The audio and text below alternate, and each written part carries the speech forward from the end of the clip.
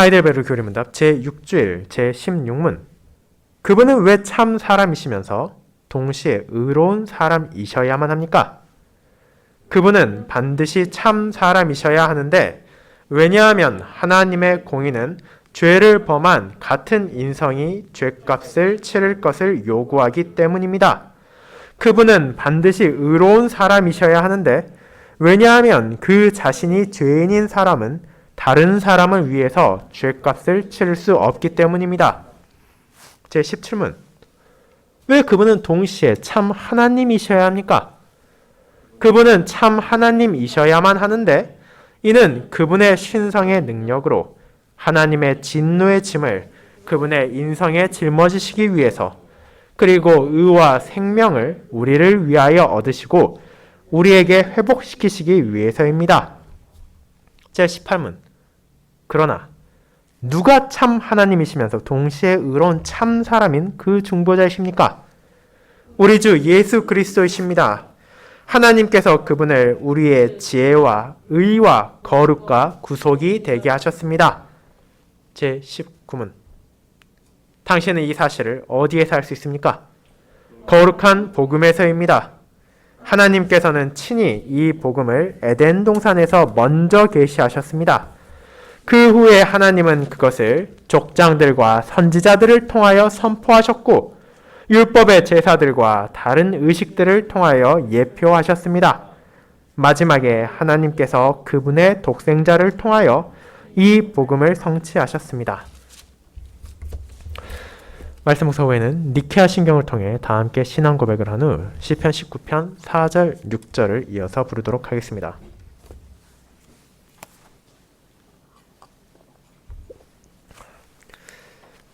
사랑하는 주 예수 그리스도 안에 있는 형제 자매님들, 여러분이 최근에 들었던 소식 중에 가장 기뻤던 것은 무엇입니까? 각자의 상황에 따라 당연히 다르겠지만, 작게는 성적이 올랐다거나 날씨가 화창한 것과 같은 너무나 일상적인 것으로부터 시작해서, 크게는 가족의 친지에 결혼식이나 출생과 같은 경사가 생겼다는 일을 떠올릴 수 있을지도 모릅니다.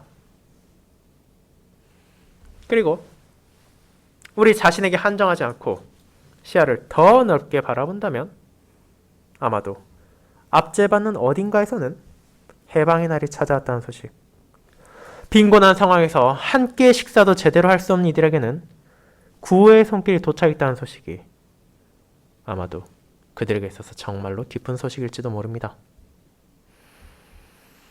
이와 같이 우리가 이 땅에 살아가는 동안 분명 힘들고 어려운 것을 경험하며 나쁜 소식도 듣게 되지만, 동시에 그와 반대되는 기쁘고 즐겁고 위로가 되는 이야기 역시 적지 않게 접할 수 있습니다. 그렇다 보니 너무나 당연하게도 한 사람에게 그의 일생에 있어서 가장 기쁘고 가장 감사했으며 가장 즐거웠던 소식이 무엇이냐고 물어본다면, 사람들은 각각 제각기 다른 답을 낼 것입니다. 하지만 오늘 우리가 살피는 교리문답은 실제로는 한 사람이 어떤 것을 경험하고 어디에 살고 어떤 시대에 살았건 상관없이 신자가 가진 그 모든 것을 뛰어넘는 아름다운 진리, 진정 복된 소식을 그들이 받았음을 떠올리게 합니다. 제1주일 제1문답에서 우리의 유일한 위로가 무엇인지를 고백한 성도들은 그들의 일생에서 무엇을 누구에게 들었건 상관없이 이 세상에 결코 줄 수도 없으며 약속할 수 없는 기쁜 소식을 우리가 듣게 되었다는 것을 제6주일을 통해 깨닫게 되는 것입니다. 그것은 바로 우리의 참된 위로, 우리의 유일한 위로가 무엇인지를 알게 되는 것입니다. 이 땅에 그 어디에서도 찾을 수 없는 영원한 위로가 주어졌다는 소식을 듣게 되는 것보다 우리를 더 기쁘게 하는 것이 어디 있겠습니까? 그렇게 이 복음을 듣게 된 신자는 비록 세상에서 희로애락을 경험하며 때로는 많은 비방과 멸시, 중상과 공격을 당한다 하더라도 그들에게 주어진 위로의 소식이 있기에 좌절하지 않고 소망을 붙잡으며 그 위로 안에서 살아갈 수 있습니다. 그리고 그것이 구체적으로 무엇에 대한 소식이며 어떻게 전해진 것인지를 오늘 우리는 함께 살펴볼 것입니다. 저는 이 아름다운 소식에 대해 고백하는 교리문답 제6주일을 거룩한 복음이 가리키는 유일한 중보자라는 제목으로 나누고자 합니다.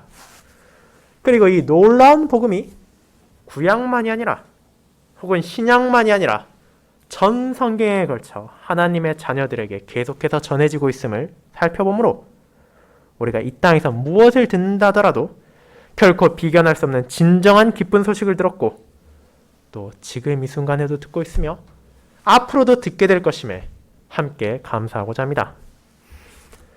이를 첫 번째, 구약의 복음이 가리키는 유일한 중보자, 두 번째, 신약의 복음이 가리키는 유일한 중보자라는 소제목으로 살펴보겠습니다. 먼저 첫 번째, 구약의 복음이 가리키는 유일한 중보자에 대해 살펴보겠습니다.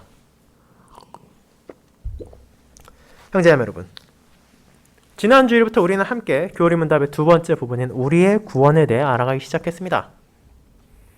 사람이 자신의 죄와 비참을 알면 알수록 당연히 이 상황에서 벗어나고자 할 것입니다.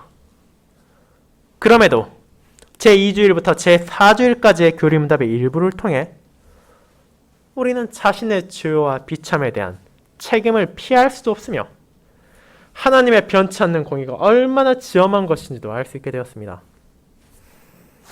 그렇게 거기에서 이어지는 제5주일은 자연스럽게 그렇다면 우리가 어떻게 해야 하나님의 공의로운 형벌을 피할 수 있을 것인지를 탐색하게 합니다.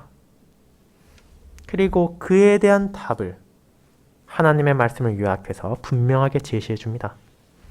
그것은 바로 그분의 공의를 충족시켜야 한다는 것입니다. 내 힘으로건 혹은 다른 사람의 능력으로건 어떻게든 우리의 죄에 대한 값을 치르지 않는다면 우리는 몸과 영혼에 내려질 가장 엄하고 영원한 형벌에서 벗어날 수 없는 죄인에 불과합니다. 자, 일단 그와 같은 답이 주어졌기에 우리는 죄와 비참으로 둘러싸인 어둠 가운데서 빛을 한 줄기 발견했습니다. 내 상황이 아무런 해답도 없는 비극 가운데 있는 것이 아니라 최소한 그런 현실에서 벗어날 수 있는 길이 있다는 것은 알게 되었기 때문입니다. 그렇지만 이어지는 13문답과 14문답은 그 길을 향하는 것이 결코 호락호락하지 않다는 것을 보여줍니다. 하나님께서 주신 거룩한 율법을 거울로 삼아 나 자신을 비추고 나를 둘러싼 타인들을 바라본다면 이 답을 얻는 것이 사람에게 불가능하다는 것을 알게 되기 때문입니다. 13문이 말하듯이 내가 내 능력으로, 내 선행으로, 내 업적으로 나의 죄의 값을 치를 수 있다면 그것이 가장 좋을지 모릅니다. 굳이 다른 사람에게 기댈 필요도 없고 내가 내 잘못을 스스로 처리할 수 있다면 그것보다 속편한 일이 어디 있겠습니까? 하지만 교리문답은 이 가능성을 차단합니다.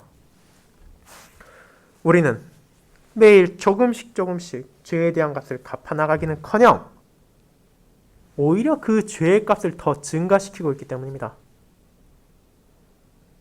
저나 여러분 중 그 누구도 이 비극적인 현실 가운데 살고 있습니다. 여기서 벗어날 수 없습니다. 하나님의 율법이 요구하는 온전한 순종을 단 한순간의 예외도 없이 지켜나가기는커녕 그와 반대로 쉴 새 없이 내 욕망과 마귀의 유혹, 세상의 공격에 흔들리며 방황하는 것이 바로 우리 자신입니다. 그렇게 그 어떤 사람이라 하더라도 자신의 선행이나 공로로 죄의 값을 치르는 것이 불가능하다는 것을 신자는 먼저 인정합니다. 자, 그렇다면 이제 우리는 다른 방법을 찾아야 합니다. 우리가 나아가야 할 방향, 우리의 목적지 자체는 이미 알고 있기에 우리가 가고자 했던 하나의 길이 막혀 있다면 당연히 다른 길을 통해서라도 목적지를 향해 나아가야 하기 때문입니다. 그 답을 향하는 방법을 발견하지 못한다면 속절없이 영원한 심판을 받을 것을 알기에 이제 성도는 눈을 돌려 우리의 주변을 살펴보기 시작합니다. 그것이 14문이 물어보는 것입니다. 만약 우리가 스스로 죄값을 치를 수 없다면 혹여라도 다른 피조물이 그 값을 대신 내줄 수 있느냐고 말입니다. 하지만 그 답이 무엇인지를 우리는 알고 있습니다. 이 질문에 대해 교리문답은 단호하게 선언합니다. 아닙니다. 없습니다. 내가 지은 죄에 대해 다른 피조물을 벌하시는 것이 공정하지 않을 뿐더러 서로 그것이 가능하다 하더라도 어떤 피조물도 하나님의 진노를 감당할 수 없다고 말입니다. 그렇게 신자는 이미 답을 알고 있음에도 불구하고 그 답을 향해 나아갈 수 있는 길들이 실제로는 막혀 있다는 것을 알게 됩니다.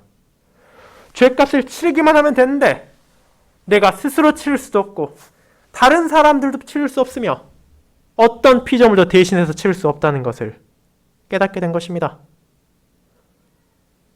그렇다면 이제 무엇을 해야 합니까?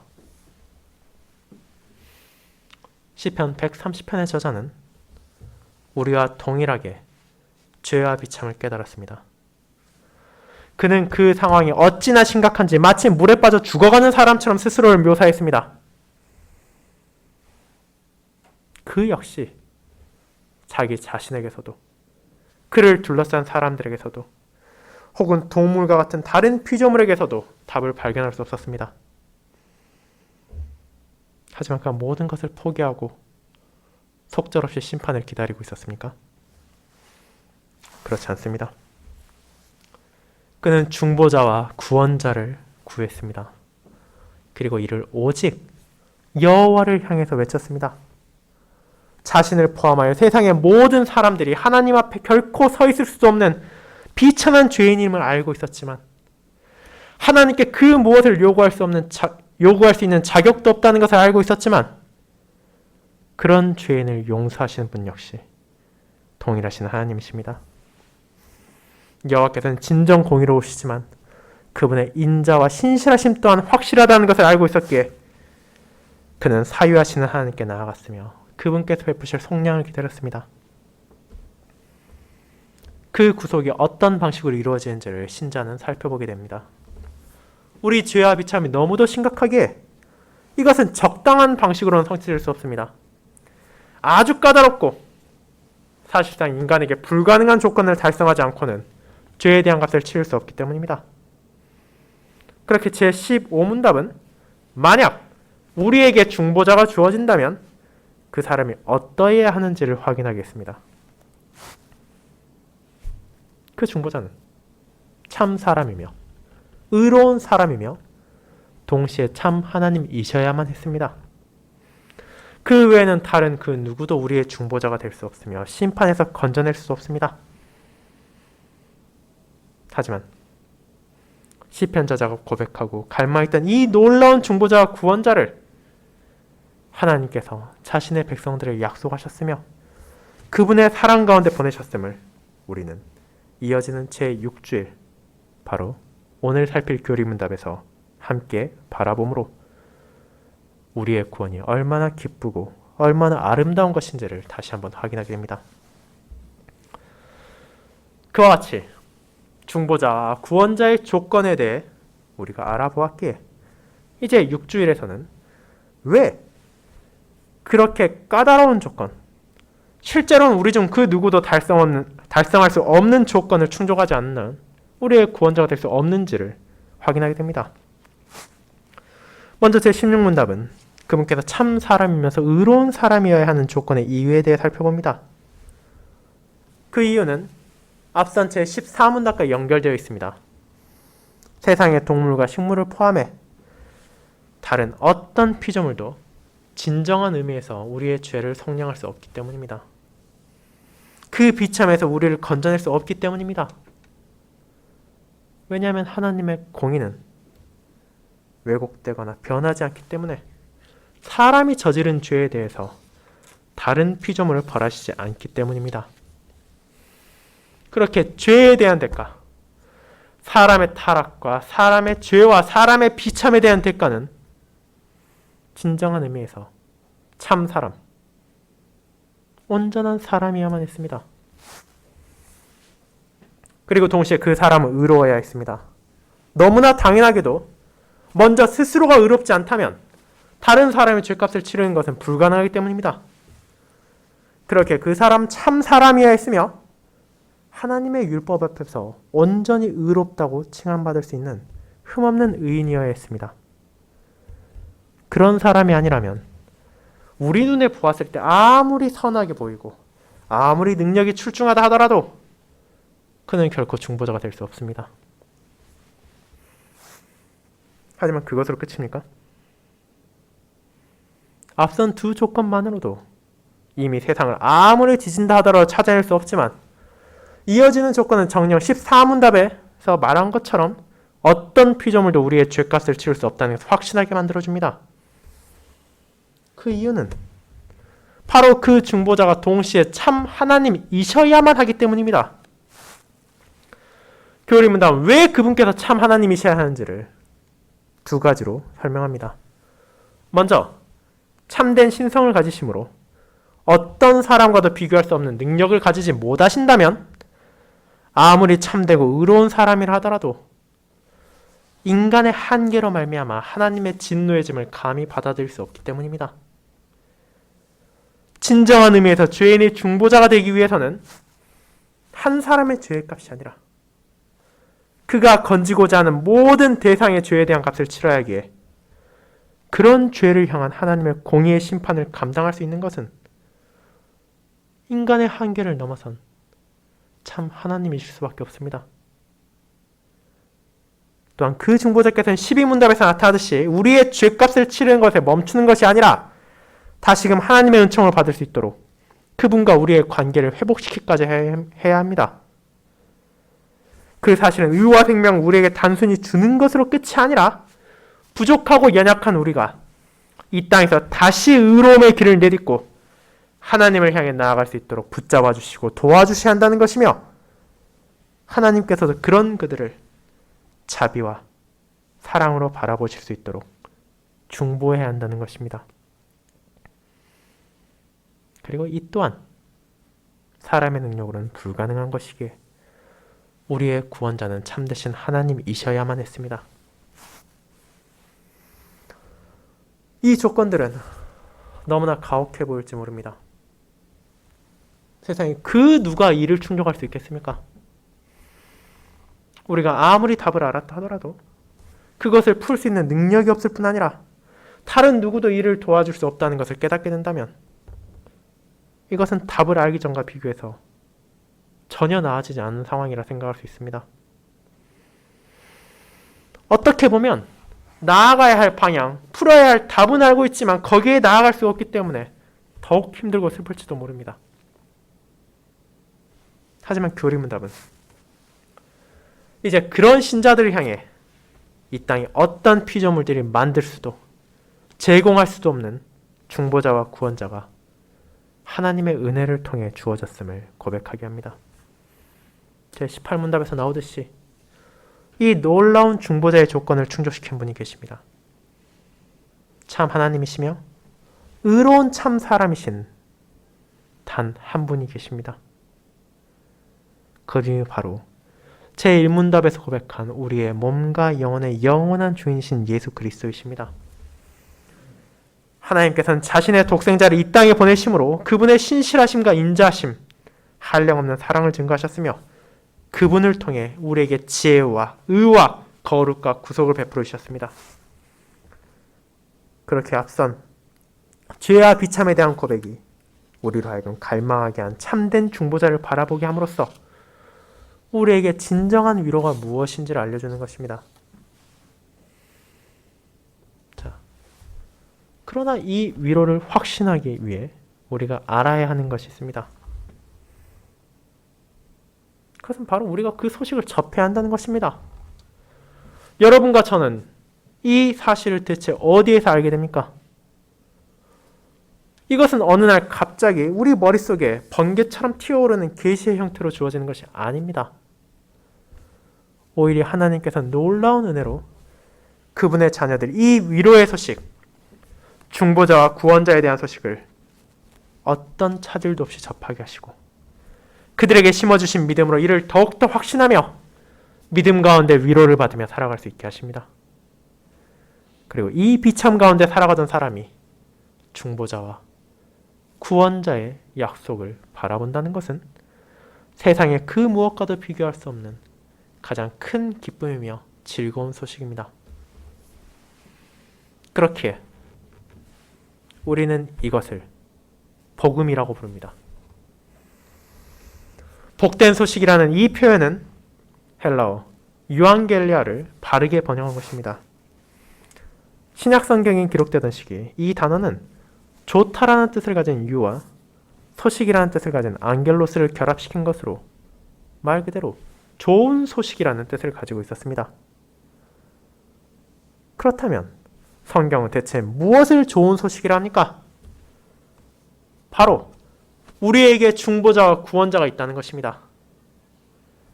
그리고 이 좋은 소식이라는 표현 자체가 우리가 앞서 살펴본 모든 전제를 배경에 두고 있음을 알게 됩니다. 이것은 내가 직접 이뤄낸 성취가 아닙니다. 다른 어떤 피조물 우리를 대신해서 거는 것도 아닙니다. 부족하고 연약한 내 바깥에서 은혜와 사랑으로 주어진 소식이기에 우리는 그것을 좋은 소식, 복된 소식으로 듣고 받아들이게 됩니다. 우리의 중보자가 주 예수 그리스도라는 사실은 이처럼 좋은 소식입니다. 그리고 이 소식은 신약시대 예수님의 탄생에서 시작된 것이 아닙니다.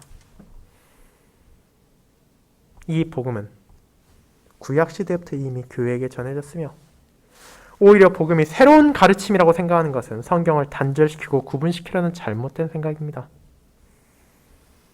이를 우리는 교리문답 19문답에서 볼 수 있습니다. 이 복음은 에덴 동산에서 이미 계시되었습니다.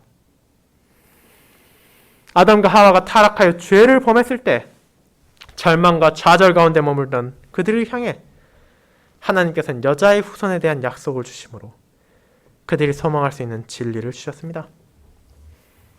그뿐만이 아닙니다. 구약의 족장들, 선지자들을 통해서도 이는 선포되었고 율법의 제사들과 다른 의식을 통해서도 그분이 끊임없이 예표되었습니다. 이에 대해 수많은 예시들을 들 수 있으나 그중 가장 대표적인 사례를 생각해 보도록 합시다. 우리가 잘 아는 것처럼 이스라엘이 국가로 성립되기 전에 주님의 뜻에 따르는 족장들이 있었습니다. 그 중에는 우리가 이미 몇 차례나 설교를 통해 알아본 아브라함도 있습니다. 그렇다면 하나님께서는 그를 통해서 어떻게 언약의 중보자를 계시하셨습니까? 창세기 18장은 롯이 거주하고 있던 소돔을 향한 하나님의 심판을 앞두고 아브라함이 중보 사역에 나서는 상황을 묘사합니다. 그는 여호와를 향하여 끊임없이 간구하며 혹시라도 그곳에 의인이 있다면 그것을 구해주시기를 요청합니다. 하나님 앞에서 심히 무거운 죄악을 자행하던 이들을 향한 의로운 심판이 코앞에 있기에 아브라함은 의인을 위해서 계속해서 간구하였으나 그 결과는 어땠습니까? 그는 죄인들을 위한 죄값을 치르지 못했으며 하나님의 은혜로 자신의 조카인 롯과 그 가정만을 건져내었을 뿐 이말 심판을 온전히 막아낼 수 없었습니다. 자, 그뿐 아니라 그는 모리아 땅에서 이삭을 바치라는 하나님의 명령에 순종하려 했으나 그것을 통해 경험한 것은 싸늘한 시체로 남게 된 이삭이 아니라 오히려 하나님께서 자신에게 보내주신 순양이 대신하여 제물로 바쳐지는 것이었기에 진정한 제물을 예비하신 하나님의 자비였습니다. 그와 같이 아브라함을 통해서도 구약의 성도들은 이미 오실 중보자의 성격에 대해 알아볼 수 있었으며 이는 구약이 진전됨에 따라 점점 더 구체화됩니다. 모세를 통해서는 방황하는 백성을 구원하는 하나님의 인도자를 보게 되며 사사들을 통해서는 원수들의 공격에서 신음하는 자들을 향한 아버지의 신실하심을 증거하는 사역자를 나타내게 됩니다. 왕을 통해서는 오실 중보자와 구원자를 통해 드러날 공의로우며 자비로운 아버지의 통치를 깨닫게 하셨으며 선지자들을 통해서는 부패하고 타락한 세상을 향해 그들의 죄를 일깨우며 참된 구원의 길을 알려주는 중보자의 사역을 보여주셨습니다. 그뿐만이 아닙니다. 우리가 별 생각 없이 지나가기 쉬운 율법의 제사들, 절기들을 포함한 다른 의식들 역시 각각의 방식으로 오실 그리스도를 가리키고 있었습니다. 유월절은 자신들을 죽음에서 건져내기 위하여 대신해서 죽어야 했던 어린 양의 피를 통해서 그들을 향해 대속적 죽음에 대해 알려줍니다. 그리고 하나님께 드려지는 제사 그 자체가 우리의 죄값을 치르기 위해 죽어야만 했던 점도 없고 흠도 없으신 하나님의 어린 양을 바라보게 합니다. 이와 같이 구약시대의 성도들에게 복음이 전해지지 않은 것이 아닙니다. 그들에게도 동일한 복음이 전해졌기에, 동일한 하나님이 보내신 중보자와 구원자에 대한 소식이 있었기에 주님께서는 오늘 읽은 본문에서 다음과 같이 말하신 것입니다. 요한복음 5장 39절과 46절은 다음과 같습니다. 너희가 성경에서 영생을 얻는 줄 생각하고 성경을 연구하거니와 이 성경이 곧 내게 대하여 증언하는 것이니라.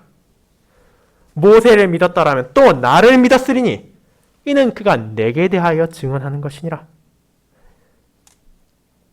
당시 주님의 가르침을 들었던 이들 가운데는 오늘날의 성도들 이상으로, 그리고 저보다도 훨씬 더 열심히 성경을 탐구하던 이들이 있었습니다. 특별히 바리새인들과 서기관들을 포함한 종교 지도자들의 열심은 우리가 결코 가볍게 볼 수 없는 것입니다. 하지만 그들은 그 넘쳐나는 열정과 끝없는 노력으로 영생을 얻기 위해, 심판을 피하기 위해 성경을 파헤치고 연구했음에도 불구하고 그 모든 성경의 복음이 가리키는 주님을 인식하지 못했습니다. 그렇게 주님께서는 그들을 향해 그의 글, 모세의 글도 믿지 아니하거든 어찌 내 말을 믿겠느냐라고 꾸짖으심으로 그들이 그토록 붙잡고 연구하던 하나님의 말씀을 실제로는 믿지 않았음을 알려주신 것입니다. 그리고 그와 동일한 진리를 주님께서는 부활하신 이후에도 그분의 죽으심을 바라보고 상심하여 돌아가는 글로바와 다른 한 제자를 향해 모세와 모든 선지자의 글로 시작하여 모든 성경에 쓴 바 자기에 관한 것을 자세히 설명하셨습니다. 누가복음 24장 27절입니다. 당시 그들이 가지고 있던 성경, 구약 성경이 이미 자신을 가리키고 있음을 알려주시며 그분이 고난을 받고 그분이 영광이 들어가는 것이야말로 그분의 백성들의 구속사역에 있어서 꼭 필요한 것임을 기억하게 하신 것입니다. 사랑하는 형제자매 여러분, 이처럼 우리가 알게 된 중보자에 대한 약속, 구원자에 대한 약속은 그리스도께서 이 땅에 오신 후부터 시작된 것이 아니라 오히려 에덴 동산에서부터 이미 주어진 끊임없이 변하지 않는 약속입니다. 하나님께서는 죄와 비참 가운데 살아가는 죄인들을 향한 사랑을 족장들을 통해, 선지자들을 통해, 왕들을 통해, 제사장들을 통해, 사사를 통해 끊임없이 선포하셨으며 제사와 의식들을 통해서도 예표하심으로 그분의 백성들이 이 소망을 놓치지 않도록 하셨습니다. 그리고 이 약속이 수천 년 후를 살아가는 우리에게도 동일하게 주어졌습니다. 그들이 죄와 비참 가운데 신음하면서도 중보자의 약속을 바라보며 위로를 받았던 것처럼 지금 우리도 동일한 죄와 비참 가운데 벗어날 수 있는 답을 보았습니다. 빛을 보았습니다. 그렇게 우리 역시 구약에서 전해지는 복음을 결코 경시하거나 무시할 수 없으며 여전히 이 진리를 나누며 들을 수 있습니다.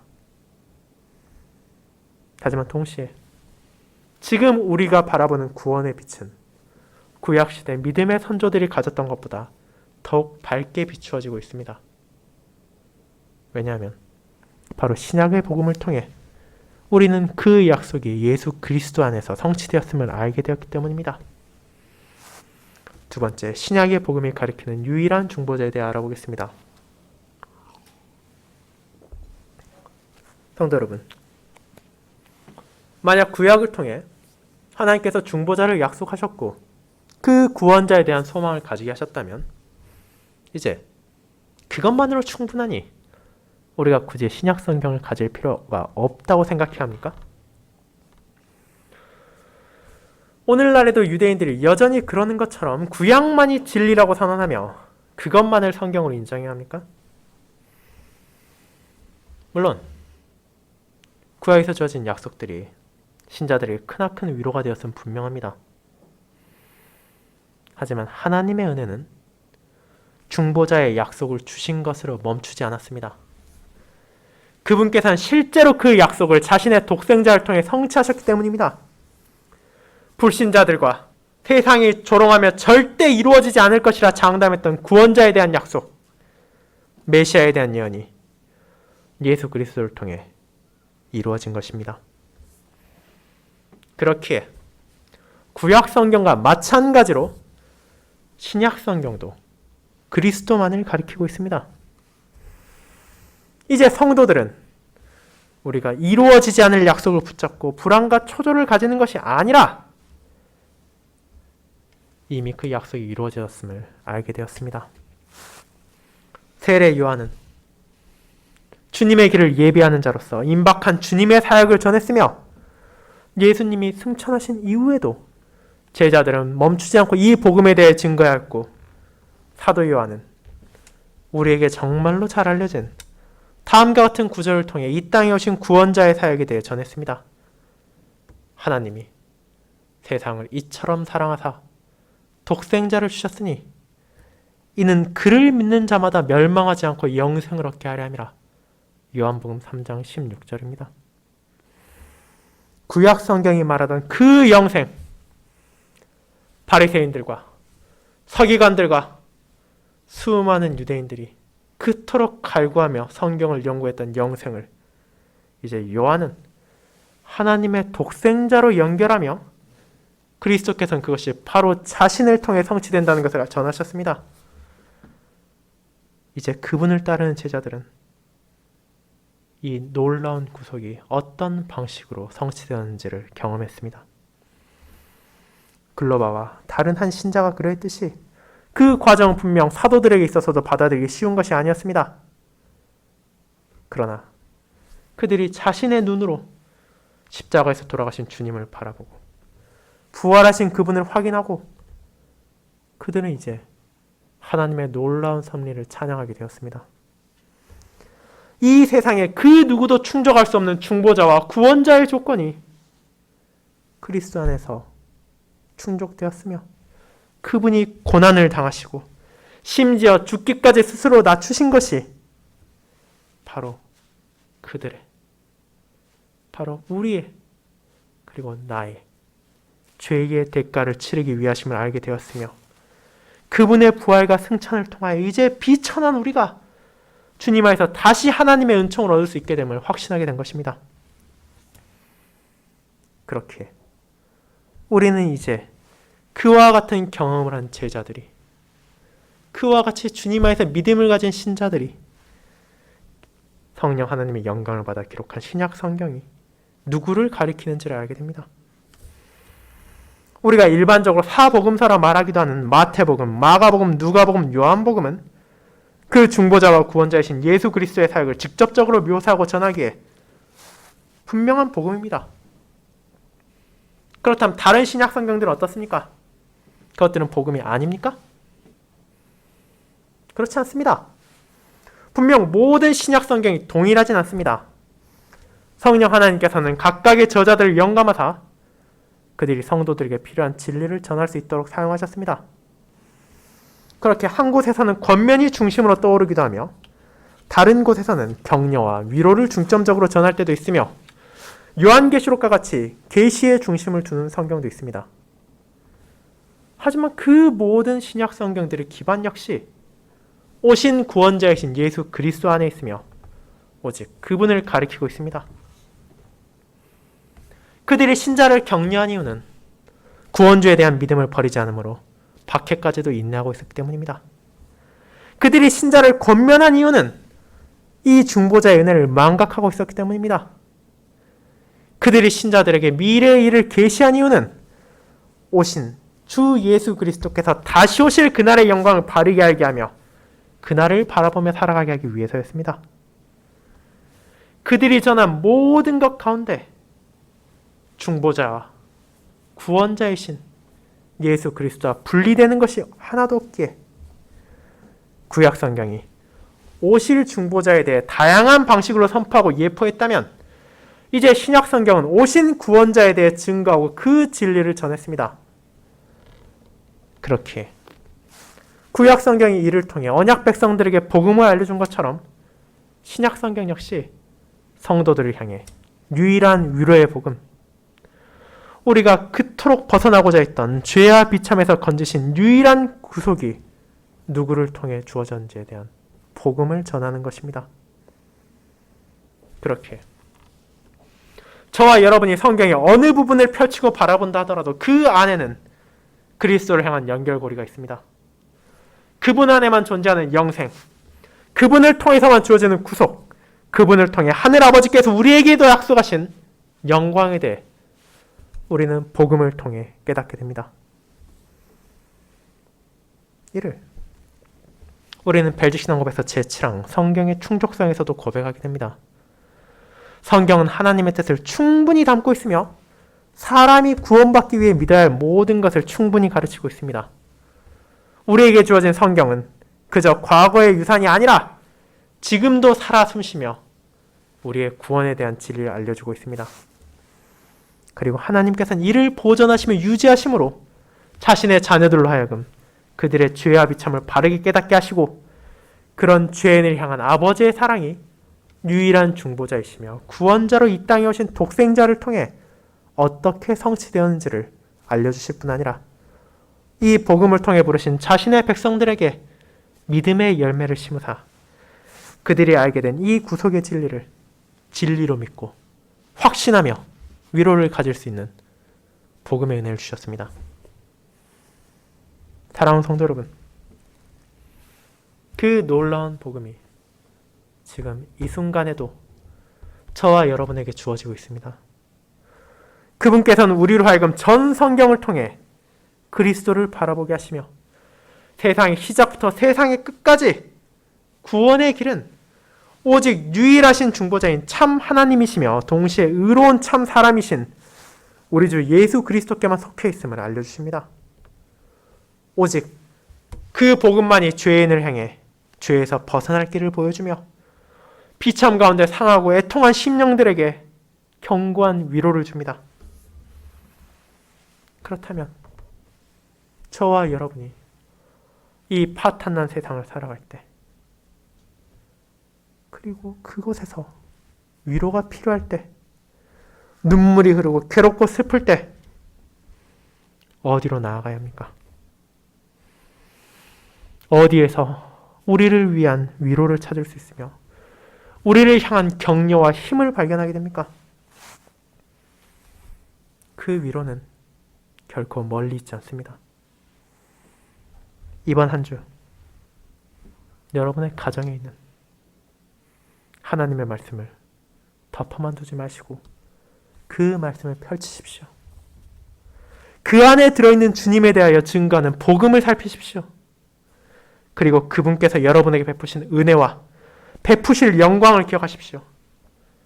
그렇게 한다면 여러분은 진정 세상의 그 무엇과도 비교할 수 없는 가장 즐거운 소식, 바로 죄인인 우리의 구원에 대한 복음을 통해 위로를 받으며 다시 그분 안에서 평안을 얻을 수 있을 것입니다. 아멘.